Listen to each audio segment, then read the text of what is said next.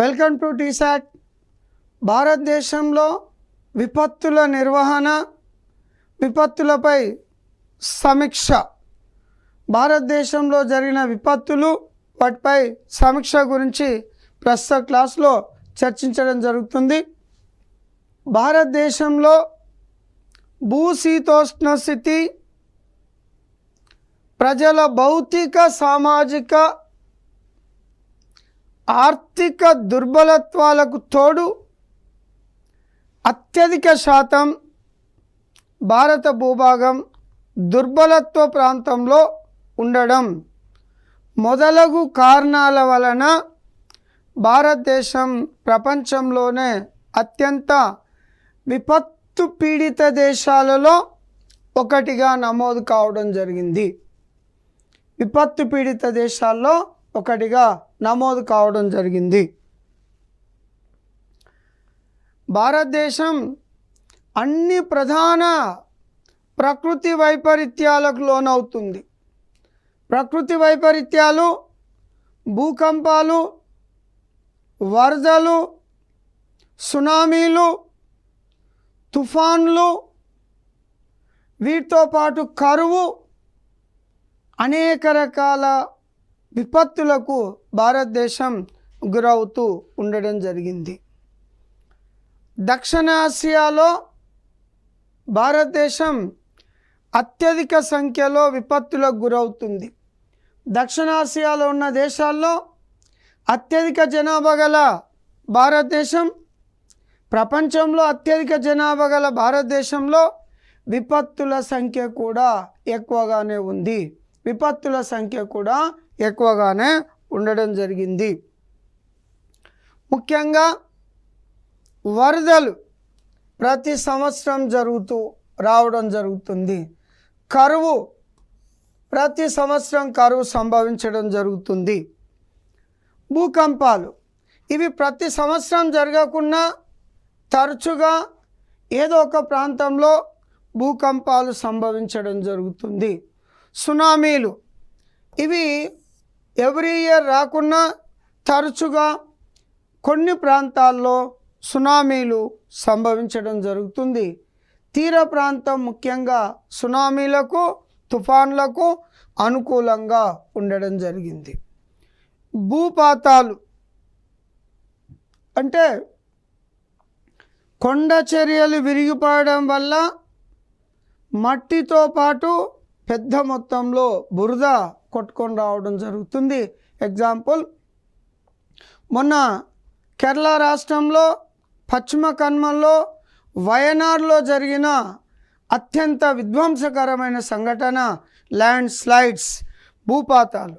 ఈ విధంగా భారతదేశంలో అన్ని రకాల ప్రకృతి విపత్తులు జరుగుతున్నవి.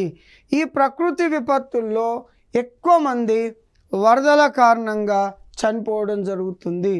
వరదలంటే తరచుగా ఏదో ఒక విశాలమైన భారతదేశంలో, నార్త్ ఇండియాలో కావచ్చు, సౌత్ ఇండియాలో కావచ్చు, ఈశాన్య భారతదేశంలో కావచ్చు, ఏదో ఒక ప్రాంతంలో వరద ముంపు అనేది ఉండడం జరిగింది. ఆసియా ఖండంలో సంభవించే విపత్తులకు ప్రభావితమయ్యే ప్రజల్లో 6% విపత్తుల వల్ల సంభవించే మరణాల్లో 24% భారతదేశంలోనే సంభవిస్తున్నవి. అంటే విపత్తులు అనేటివి 6% జరిగిన 24% భారతదేశంలోనే, అంటే మరణాలు 24% భారతదేశంలోనే సంభవించడం జరుగుతుంది. ల్యాండ్ స్లైడ్స్, వరద ముప్పు, వరదతో పాటు బురద ఏ విధంగా కొట్టుకొని రావడం జరుగుతుంది అనే దానికి ఉదాహరణ ఈ చిత్రం. బ్యూరో ఆఫ్ ఇండియన్ స్టాండర్డ్ ప్రకారం భారతదేశ విస్తీర్ణం 100% అనుకుంటే 85% ఒకటి లేదా అంతకంటే ఎక్కువ విపత్తులకు గురయ్యే ప్రాంతంగా ఉంది. అంటే 100% తీసుకుంటే 85% రక్షణ అనేది లేదు. ఒకటి అంతకంటే ఎక్కువ విపత్తులు ఈ ప్రాంతంలో జరుగుతున్నాయి. ఒక 15% ప్రాంతమే సురక్షితంగా ఉంది. దేశ రాజధాని ఢిల్లీతో సహా 59% భూకంప స్వల్ప స్థాయి నుంచి అత్యంత తీవ్రమైన భూకంపాలు ఉన్నట్లు జాతీయ విపత్తు నిర్వహణ సంస్థ తెలియజేయడం జరిగింది. దేశవ్యాప్తంగా భూకంపాలు సంభవించేది మనకు దేశ విస్తీర్ణం 100% అనుకుంటే 59% భూభాగం స్వల్ప స్థాయి నుంచి అత్యంత తీవ్రమైన స్థాయి వరకు భూకంపాలు సంభవించే ప్రాంతం, ఇంక్లూడింగ్ దేశ రాజధాని కూడా భూకంప కేంద్రంలోనే ఉండడం జరిగింది. విపత్తుల వలన ప్రతి సంవత్సరం స్థూల దేశ ఉత్పత్తిలో 2%, కేంద్ర రాబడుల్లో 12% విపత్తుల వలన నష్టం జరుగుతుంది. దేశ మొత్తం జాతీయ స్థూల దేశ ఉత్పత్తిలో 2%, రాబడుల్లో 12% విపత్తుల వలన నష్టం జరుగుతుంది. సపోజ్ ఒక ప్రాంతంలో వరదలు పెద్ద మొత్తంలో సంభవించినప్పుడు అక్కడ జరిగిన అనేక ఉత్పత్తులు నష్టం జరుగుతాయి. ప్రజల నుంచి ట్యాక్స్ రూపంలో కూడా కట్టలేకపోవడం జరుగుతుంది.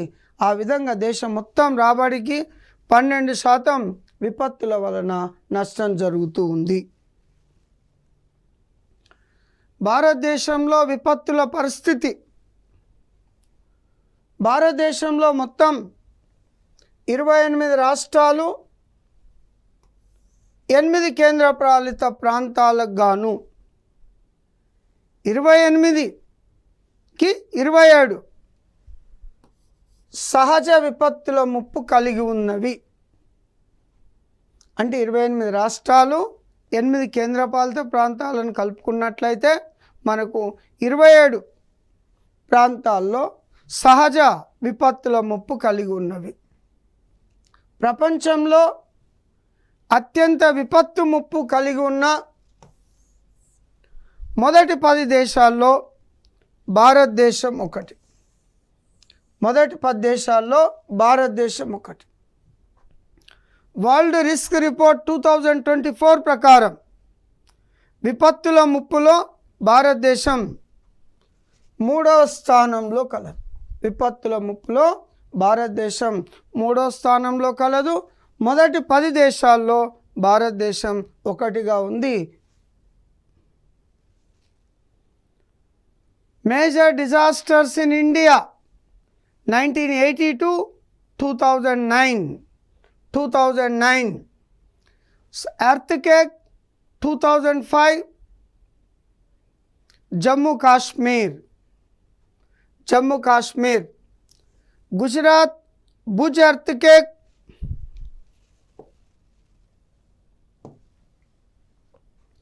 Gujarat Bhuj earthquake 2001 January. Next, Bhopal gas incident 1982.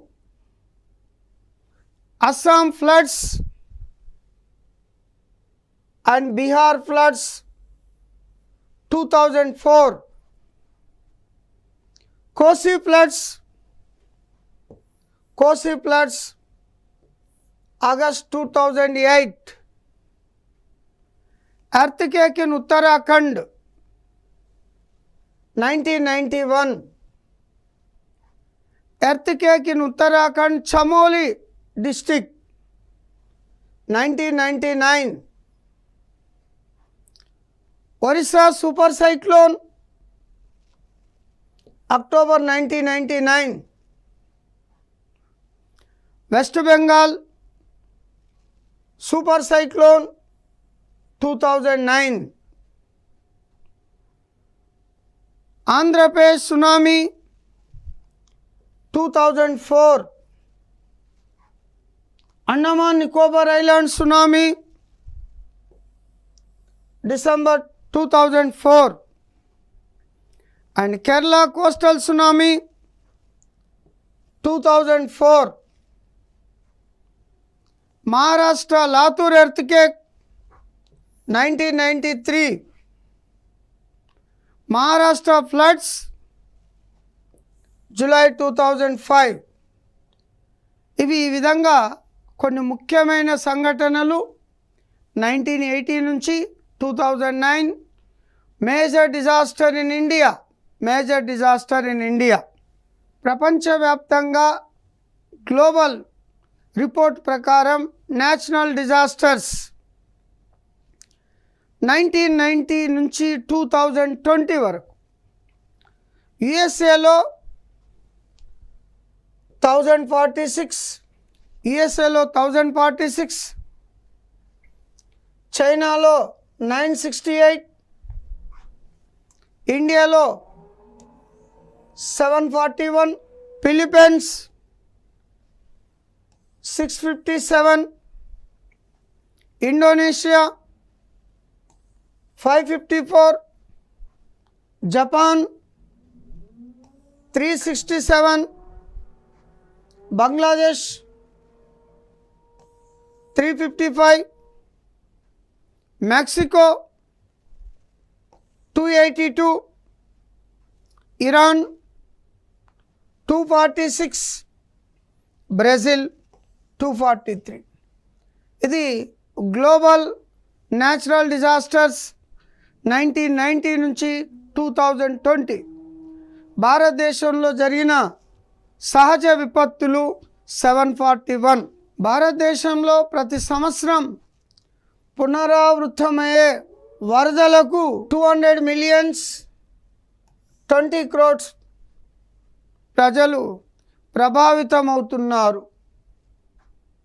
అదేవిధంగా దేశ భౌగోళిక విస్తీర్ణంలో 58.6 లేదా 59% ఒక మాదిరి నుండి అత్యంత తీవ్రవంతమైన భూకంపాలు ఎదుర్కొనే మండలాలు 3, 4, 5 భూకంప మండలాలు ఉన్నట్లు సిస్మిక్ జోన్స్ హెచ్చరించడం జరిగింది.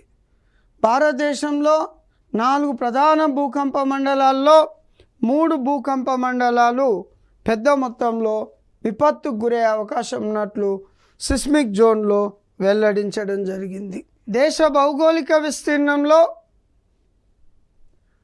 12% లేదా 40 మిలియన్ల హెక్టార్లకు పైగా భూమి నిరంతరం వచ్చే వరదలు, నదీ ప్రవాహాలు మరియు నదీ క్రమక్షయం మొదలైన వాటికి గురవుతుంది. దేశంలో 7516.6 కిలోమీటర్లు భారతదేశ తూర్పు పశ్చిమ తీరం కలదు. ఇందులో 5700 కిలోమీటర్స్ 71% కిలోమీటర్ల భూభాగం తుఫాను అలజడులు, సునామీ ముప్పు కలిగి ఉంది. తుఫాను అలజడులో సునామీ ముప్పు కలిగి ఉండడం జరిగింది. ఈ తీర ప్రాంతం తీసుకున్నట్లయితే మనకు పశ్చిమ తీరం, తూర్పు తీరం, పశ్చిమ తీరంలో అత్యధికంగా సునామీ ముప్పు కలిగి ఉండడం జరిగింది. మరియు ఫ్లడ్స్ ఏరియా తీసుకున్నట్లయితే భారతదేశంలో వాయువ్య ప్రాంతం, ఉత్తర మైదానాలు,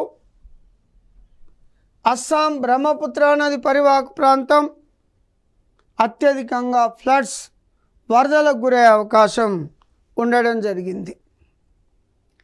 ఇక సైక్లోన్ ఎఫెక్టెడ్ ఏరియా భారతదేశానికి అత్యధికంగా బంగాళాఖాతంలో ఏర్పడే తుఫాన్ల కారణంగా మరియు అరేబియా సముద్రంలో ఏర్పడే తుఫాన్ల కారణంగా తుఫాను ముప్పు కలిగి ఉండడం జరుగుతుంది. సాధారణంగా ప్రపంచవ్యాప్తంగా ఎక్కువ తుఫాన్లను ఎదుర్కొనే దేశంగా బంగ్లాదేశ్ చెప్పడం జరుగుతుంది. మన దేశంలో తూర్పు తీరంలో అత్యధికంగా తుఫాన్లను ఎదుర్కొంటున్న రాష్ట్రాలు తీసుకుంటే ఫస్ట్ ఒడిస్సా, తర్వాత ఆంధ్రప్రదేశ్. పశ్చిమ తీరంలో అత్యధికంగా తుఫాన్లను ఎదుర్కొంటున్న రాష్ట్రం గుజరాత్. ఈ విధంగా తుఫాన్ల ముప్పు ఎదుర్కొంటున్న తీర ప్రాంతం కూడా అత్యధికంగానే ఉండడం జరిగింది. భారత భూభాగంలో 8% భూమి తుఫాను ముప్పు కలిగి ఉంది. మొత్తం భూభాగంలో 8% భూమి తుఫాన్ల ముప్పు కలిగి ఉంది. మొత్తం సాగుకు యోగ్యమైన భూమిలో 68% విస్తీర్ణం కరువు దుర్బలత్వం కలిగి ఉంది. అంటే సాగుకు యోగ్యమైన భూమిలో 100% అనుకుంటే 68% భూభాగం కరువు దుర్బలత్వం, తక్కువ వర్షపాతానికి కరువు సంభవించడానికి అవకాశం ఉన్న ప్రాంతమే 68% ఉంది. 68% ఉండడం జరిగింది. భారతదేశంలో సునామీ గురయ్యే ప్రాంతాలు ముఖ్యంగా ఇండోనేషియాలో జావా సుమిత్ర దీవుల్లో భూకంపం సంభవించినప్పుడు హిందూ మహాసముద్రంతో పాటు బంగాళాఖాతం తూర్పు తీరం ముఖ్యంగా పశ్చిమ బెంగాల్ నుంచి తమిళనాడు వరకు పశ్చిమ తీరంలో, తూర్పు తీరం మొత్తం, పశ్చిమ తీరంలో కేరళ రాష్ట్రం, అండమాన్ నికోబార్ దీవులు, లక్షద్వీపుల్లో కూడా సునామీ ప్రభావం కనబడడం జరిగింది. భారతదేశంలో విపత్తు స్వభావాలు ప్రపంచంలో అత్యంత విపత్తు ముప్పు కలిగిన మొదటి 10 దేశాల్లో భారతదేశం ఒకటి. అనేక ప్రకృతిపరమైన మానవ కల్పిత కారకాలు దోహదం చేస్తున్నవి. అంటే ప్రకృతిపరమైనవే కాక మానవుల వలన మానవులకు ముప్పు కలిగి ఉండడం జరిగింది.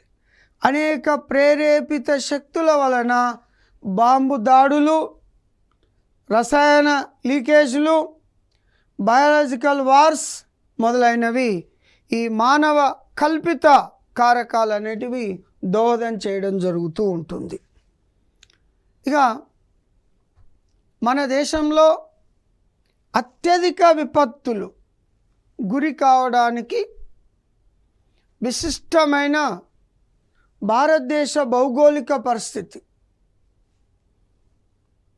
ప్రధాన కారణంగా ఉండడం జరిగింది. భారతదేశంలో భౌగోళిక పరిస్థితులు అనేక విపత్తులకు అనుకూలంగా ఉన్నవి. ఎగ్జాంపుల్ ఒకటి హిమాలయాల ప్రాంతం భూకంపాలకు, హిమపాతాలకు, ల్యాండ్ స్లైడ్స్కు ప్రధానంగా గురి కావడం జరుగుతుంది. ఒండ్రు మైదానాలు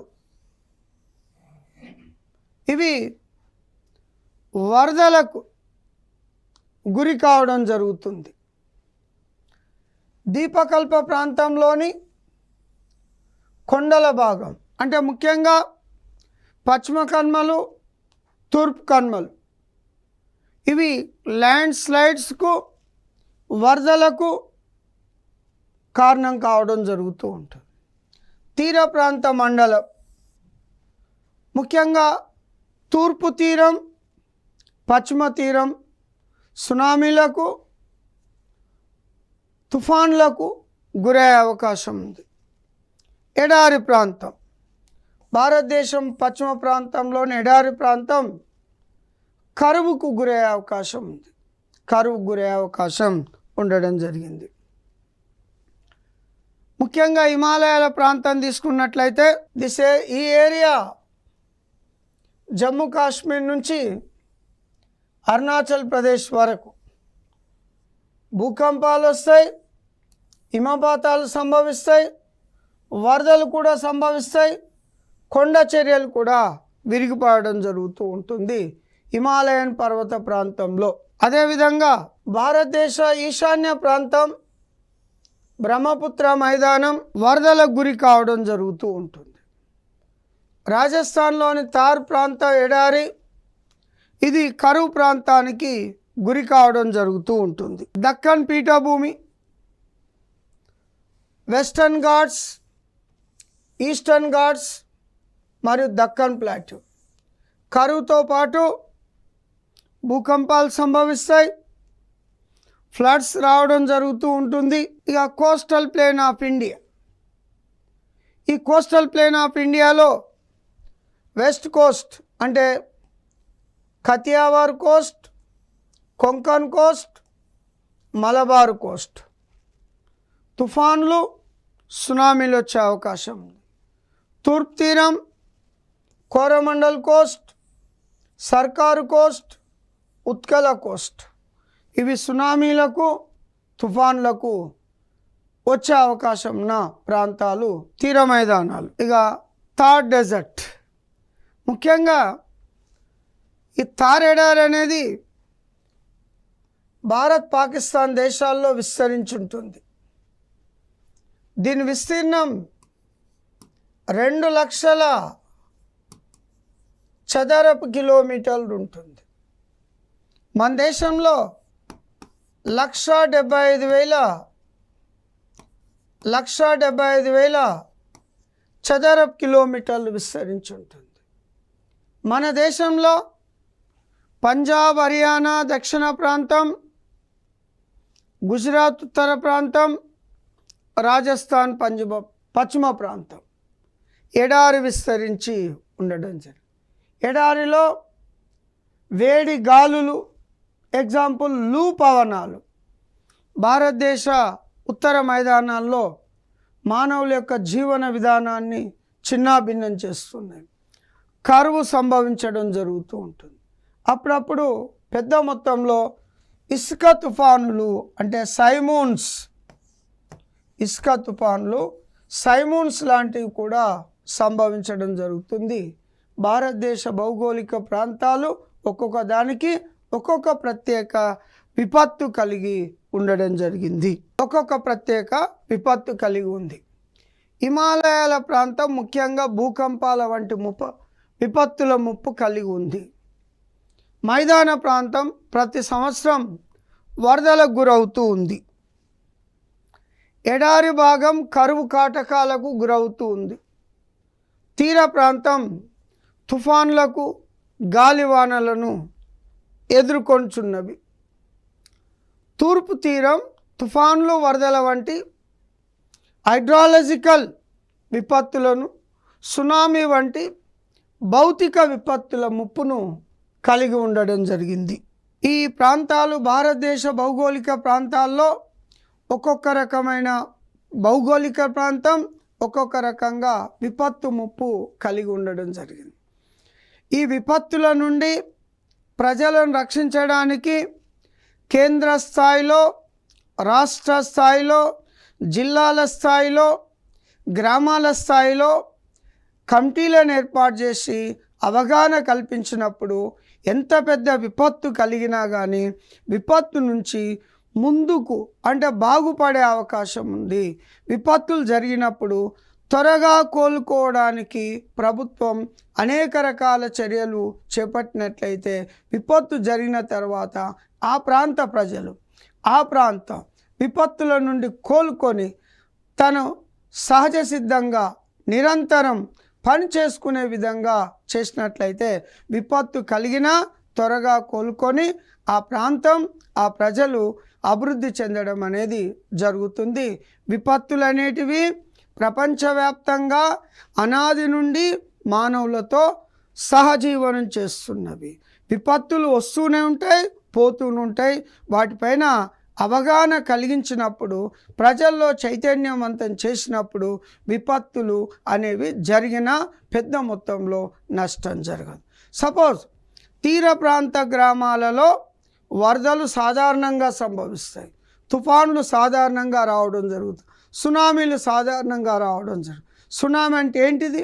వరదలు ఎప్పుడు వచ్చే అవకాశం ఉంది, వరదలు వచ్చినప్పుడు ఏం చర్యలు తీసుకోవాలా, ఏ పని చేయొద్దు, ఏ పని చేయాలి, వారికి అవగాహన కల్పించినప్పుడు కొంతవరకు ప్రాణ నష్టాన్ని, ఆస్తి నష్టాన్ని మనం కాపాడుకునే అవకాశం ఉండడం జరిగింది. ఇది భారతదేశంలో జరిగిన విపత్తులు సమీక్ష. గత క్లాస్లో ప్రపంచంలో జరిగిన విపత్తులు సమీక్ష గురించి తెలుసుకోవడం జరిగింది.